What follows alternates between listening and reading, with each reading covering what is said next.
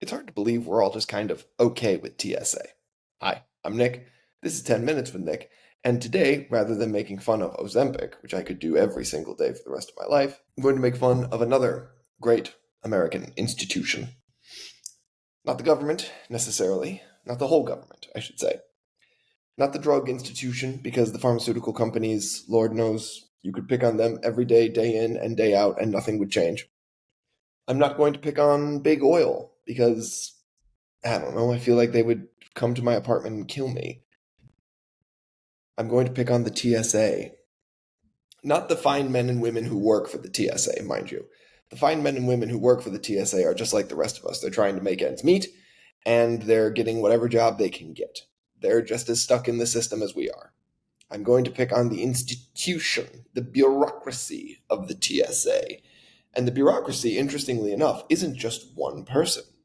That's the hard part about dismantling a bureaucracy, is that you can't blame one person. You can't. There's too many people. Everybody has to do their little bit, and everybody's just trying to get by, but all that little bits add up to this kind of... I've had 3 cups of coffee already today, so we're just rocking. We're all just okay with the TSA, somehow. Like, we all just kind of, post 9/11, we all just got really comfortable with people having the authority to stick their fingers up our hoo-has. It's true. We just are. And why are we just okay with it? Because flying a plane is moderately more convenient than driving someplace. And it is moderately more convenient. I mean, it's great to get someplace in, an hour and 45 minutes instead of 8 hours, but then you have to get to the airport, depending on if you have TSA pre-check or not. You have to get to the airport X amount of time early. And if you're mildly Arabic looking, you're going to get some questions.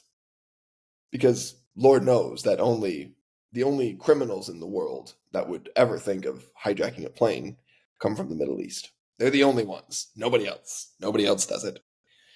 Everybody else, you're fine. No white person has ever hijacked a plane. No white person has ever stolen anything. That's obviously true. And if you cannot read the maximum sarcasm I'm injecting into that statement, then you got problems. You just do. You see this beard? This is my get stopped at the TSA beard. Look, it's one thing to want air travel to be secure, right? We've, generally speaking, got air travel figured out to the point where it is mostly technologically safe. And that's just a fact. My uncle schooled me on that one time because I said, like, oh, there's no way flying is safer than driving. You're literally hurtling through the air in a pressurized tin can. And he goes, okay, well, then let's do the number of car accidents every year. Okay. And then let's do the number of airplane incidents every year. It's non-zero, but it's very small. Percentage-wise, and I think raw numbers-wise too, it's not even close. It's just not even close. Air travel is much safer than driving. And a lot of that is because it's just automated, right? Like, pilots are very important. You need pilots.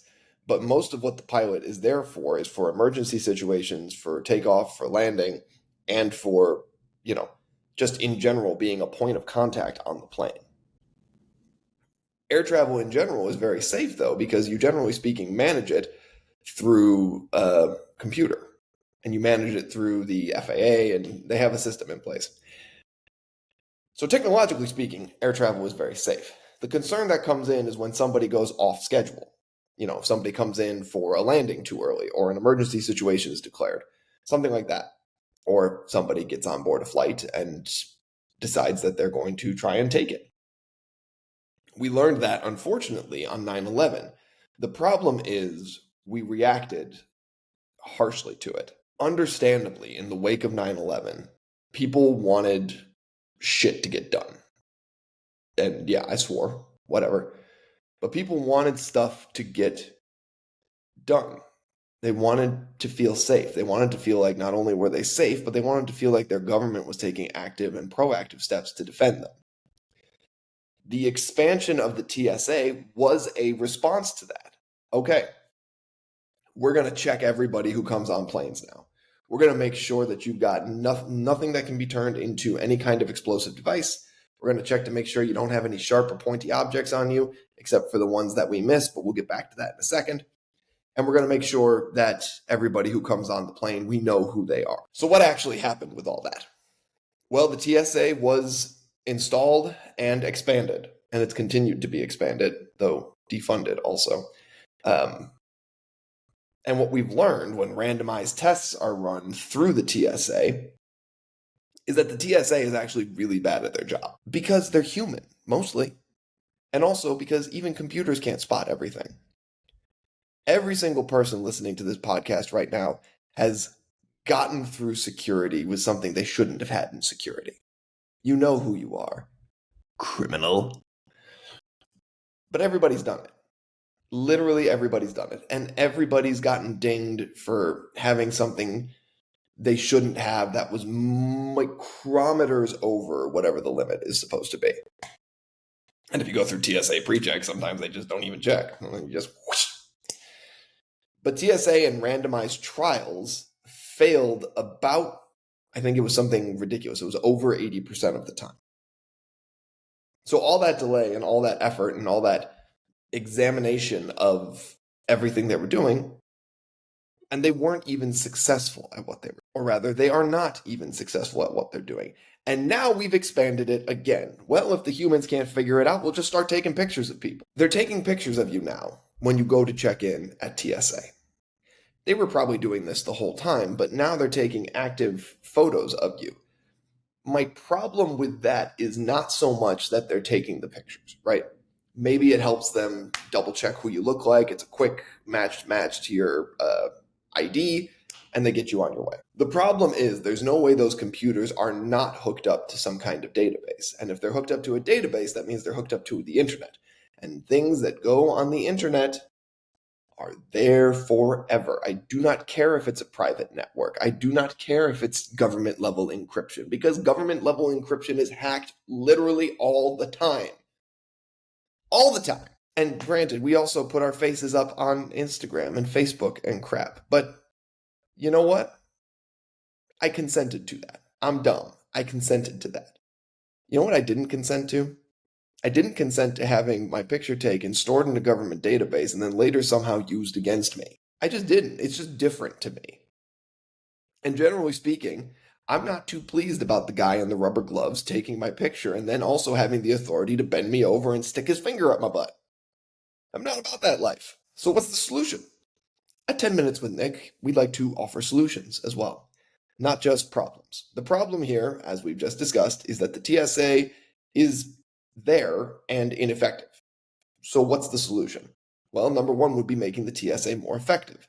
How do we do that? Perhaps we can look at, and this is not going to make a lot of friends here, but they are very good at what they do. We look at Israeli Mossad. Mossad is very good at what they do in terms of identifying and eliminating threats at their airport, not killing the threat, just identifying security risks and addressing those security risks at their airport. And there is no TSA there, as far as I know. This was maybe 5 years ago. I'd have to double check. But Israeli Mossad is very good. What do they do? This is not a great solution for the United States because we have these little things called rights and presumptions of innocence, but they profile the hell out of people. That's what Mossad does. They profile the hell out of people. Unfortunately, that's very effective. All this to say, there really isn't an easy, elegant solution to airline security.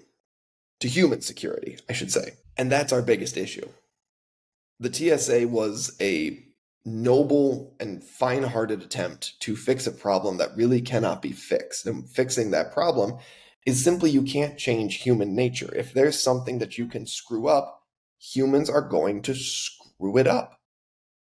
And if there's something that humans can be evil about, they're going to be evil about it. Literally, books of religion have been created because human base nature is not good. So when you try to police the bad out of people, it just tends to make the bad guys smarter. And it makes the good guys very, very frustrated. And sometimes turns the good guys bad. Look, we all need air travel at this point. Fly the flights. I didn't even get into a lot of the stuff that TSA is screwing up with because I only got 10 minutes. If you can decline to put your picture into a government database, go ahead and decline. If you can't decline it, I don't know, grow a beard. Be like me. If you can't grow a beard, I don't have a solution for you. Hope this ramble made sense to you because it made almost no sense to me. If you liked it, like and subscribe. If you didn't like it, leave a mean comment. I will address the mean comment. Also, big announcement, we're currently past our 200th episode and we're on to 202. We've hit a major milestone here at 10 Minutes with Nick. Thank you to the 57 people who subscribe. You've made this all worthwhile to me and to my producer, who is also me. I'm Nick. This is 10 Minutes with Nick. Have a great day.